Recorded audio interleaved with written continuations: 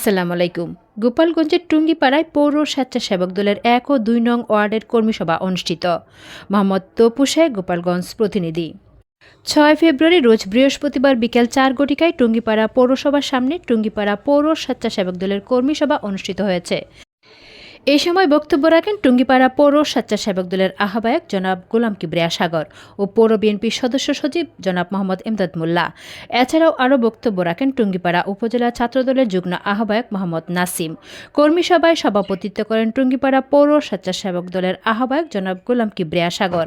প্রধান অতিথি হিসেবে ভার্চুয়ালি যুক্ত হন বাংলাদেশ জাতীয়বাদী স্বেচ্ছাসেবক দলের সভাপতি জনাব এস.এম. জিলানী। বিশেষ অতিথি ছিলেন গোপালগঞ্জ জেলার স্বেচ্ছাসেবক দলের আহ্বায়ক জনাব সাজ্জাদ হোসেন হীরা। বিশেষ অতিথি হিসেবে আরও উপস্থিত ছিলেন গোপালগঞ্জ জেলার স্বেচ্ছাসেবক দলের সদস্য সচিব জনাব মাহমুদুল হাসান।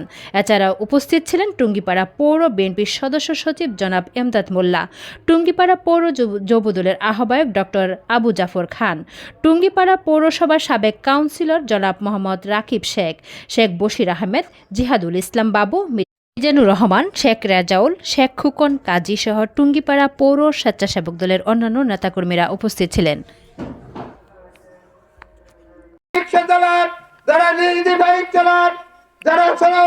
যারা শ্রমিক, যারা দিন মজুরি আমরা কেটে খাই, তাদের পাশে এস.এম. জিলানী ভাই থাকবে এবং আপনারা এস.এম. জিলানী ভাইয়ের জন্য দোয়া করবেন। আপনাদের ভালোবাসা নিয়ে সেই টুঙ্গিপাড়ার মাটিতে আসবেন, আপনারা তার জন্য দোয়া করবেন। আমাদের তরঙ্গের অহংকার দেশ নায়ক তারেক রহমান, তিনি দেশে ফিরে আসেন সুস্থভাবে, আপনারা তার জন্য দোয়া করবেন। এস.এম. জিলানী ভাই যেন আমাদের মাঝে ফিরে আসতে পারে, আপনারা তার জন্য দোয়া করবেন।